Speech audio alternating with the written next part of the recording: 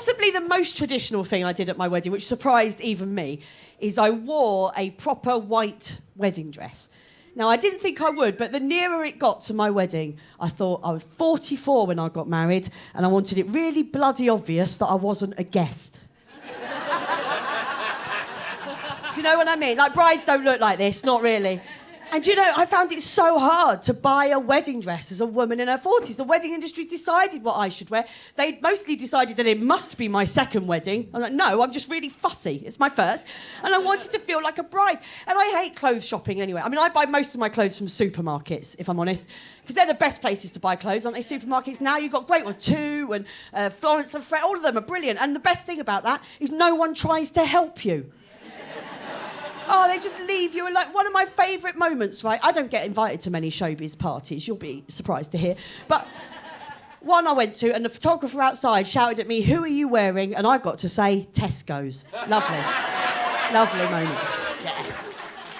So I do that, or I buy clothes online. That's another good way to buy clothes if you don't like going into clothes shops, because they just arrive at your house and you try them on, and if they don't fit, you send them back. And there are people in the world who actually get around to doing that.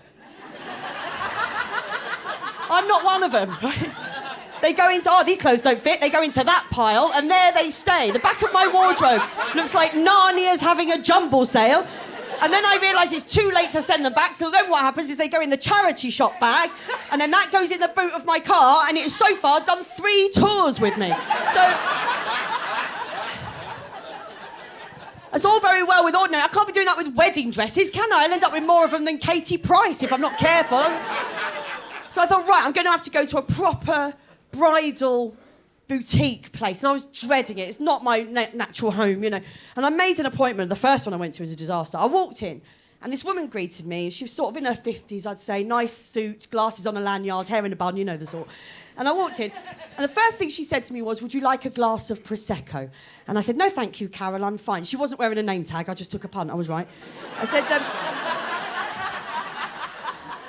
Carol didn't like it when I asked if she could do me a bit of shandy, but that's fine.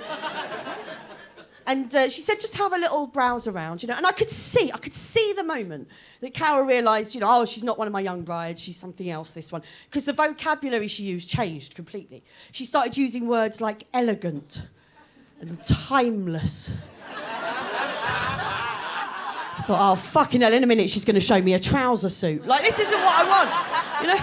Like, don't get me wrong, I didn't expect her to say hot or sexy, but I draw the line at statesman-like, you know? I wanted to feel like a bride on my wedding day, and I'm looking for all the dresses, minding my own business, right? And then out of nowhere, she just pipes up, "I expect you'll be looking for something that covers the tops of your arms." I said, "What?" Then she said, "Our mature brides..." Now that pissed me off. "Our mature brides tend not to like the bit between their shoulder and their elbow." I said, "Right now, Carol, I don't like the bit between your nose and your chin, love." What? What? Oh, my God. She was getting sort of angry with me because I wasn't getting it. You know, she said, "Well, women in their 40s don't like the tops of their arms, do they?" I said, "I've never thought about the tops of my arms. Stop giving me more things to be hung up about.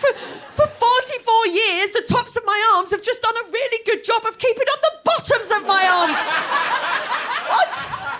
I said, oh, while we're at it, you can stop it with that mature bride nonsense as well. You literally saw me coming here just now, still drinking a slush puppy. And she went off, she got all these dresses that were in my size for me to look at, right? All of them hideous, none of them I was going to buy. I didn't want any of them, but I am so British, I tried every single one on out of politeness. And I took them into this cubicle, right? Now, this surprised me. Carol came in with me. Does she do that to everyone? Or does she just take one look at me and go, "This one looks like she might try and force a zip, I better go in"? I don't know. Because it was during the pandemic, I was on my own. I didn't have my mum or bridesmaids with me or anything. I wasn't allowed. It was just me and this woman in a sweaty box. And I thought, this is not how it is in the films, this, is it? And I knew I was having a terrible time, and I'd had enough, because when she said to me, "Have you thought about your wedding underwear?" I said, "I'm going to wear a bradigan."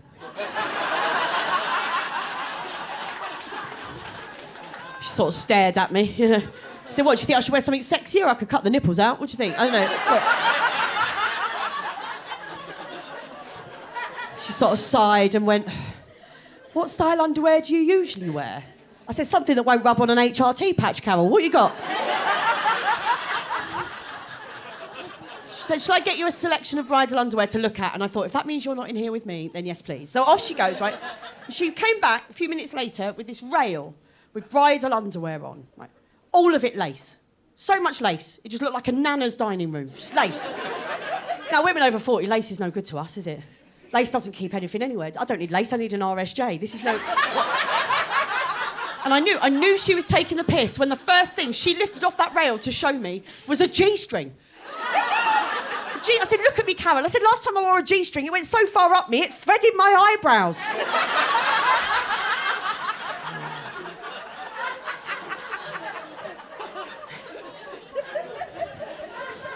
I didn't buy a dress from Carol. No, I didn't.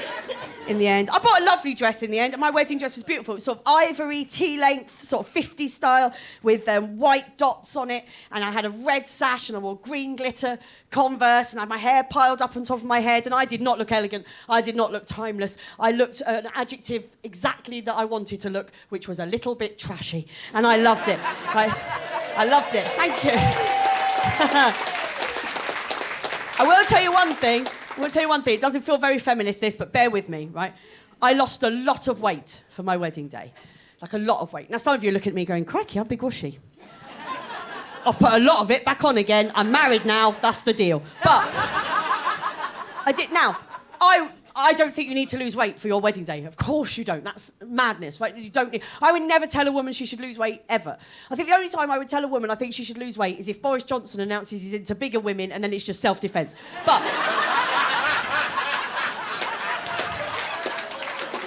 But I did. And I'll tell you why, I got in my head about it. It was that old imposter syndrome again, right? And it came from no one else, just from me, because I fixated on my weight for my wedding day because my husband and I are quite different, right? He's a good-looking man, my husband. Now, you might think I'm biased. I'll tell you how I know for a fact he's out of my league good-looking.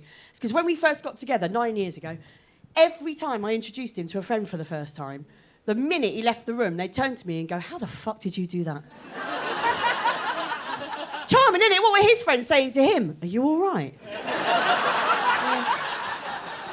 And it's like, we're just very different. He's a very athletic, slim man. He's an ultra-marathon runner, right? Which, if you don't know what that is, that's anything more than a marathon. So he's currently training for another 100-mile race. Yes, he's a prick. That's what I'm saying. And it does make you question your relationship when rather than spend a weekend with you, your husband would prefer to actively go out and lose both nipples to chafing. But that's just how it is and how it's always been. Like, I'll tell you, our first date, when we first got together, we met online, but the first time we met in person, we arranged to meet in this pub, and I walked into the pub, and he'd just got back the day before from a rock climbing holiday in Spain. We are very different. And I walked into this pub, and I saw him before he saw me, and I saw him sat there, and he was all tanned and muscly. And I just thought, well, this is a waste of everyone's time. Like, there is no way that man is going to be into this. Like, absolutely. So much so that before I sat down, I went to the loos and took my Spanx off. I thought I might as well be comfortable. You know. By the way, if you don't know what Spanx are, you don't need to. Don't worry about it. So I sat down and we started chatting, and we chatted away until the last orders bell went, and he turned to me and he said, I'd really like to see you again. And I said, are you sure? But here we are, 10 years later nearly, and we're married, you know, so obviously... Oh, thank you. No. I mean, that round of applause is lovely. Tiny bit patronising. But but what I'm saying is none of it came from him, right? He's not bothered about my weight or any of that stuff. It was all in my head. And I fixated on the wedding photos. That's the thing I was worried about. Because I thought, I've got to look at these for the rest of my life. I've got to be standing next to that skinny bastard, and I don't want it to look like I'm going to eat him. That was my main concern, right? And so I lost a lot of weight. I did it in various different ways that weren't healthy. I stopped eating pretty much. I started doing too many fitness classes. I didn't think I was ever going to be a fitness class person. The first one I went to, my friend sort of bullied me a little bit into going with her. She said, "You'll love it when you get there." And I thought, I don't think I will. But she was sort of right, I did. It was up at Withdean, up at the leisure centre up there, and we walked in the first time, and I was nervous because I thought it'd be full of pumped up gym bunnies, in Lycra, and they'd all be looking at me like, we bought the fat one. But I walked in, and I was just delighted to find this fitness class was just full of other overweight, middle-aged women. It was brilliant. And then a few seconds later, I thought, well, it don't work then, does it?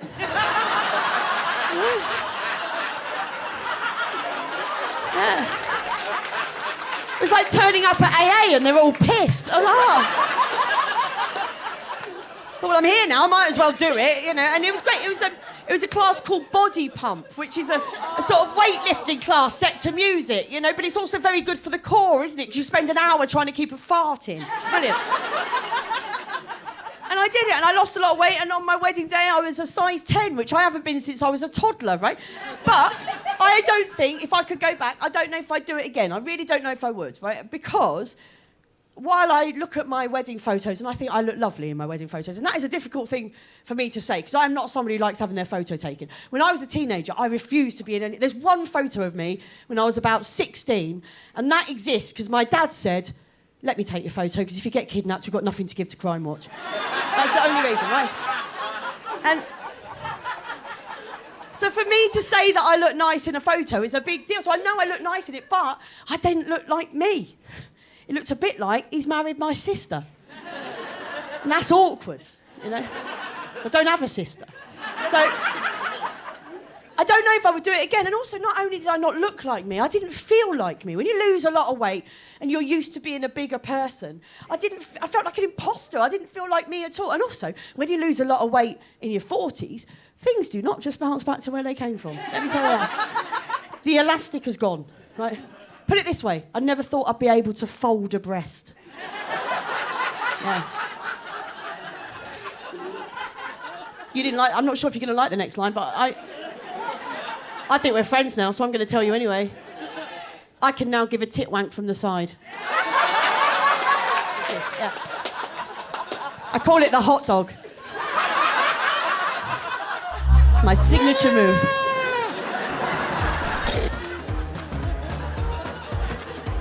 Just going to give you all a moment to get that image out of your head, so that's fine.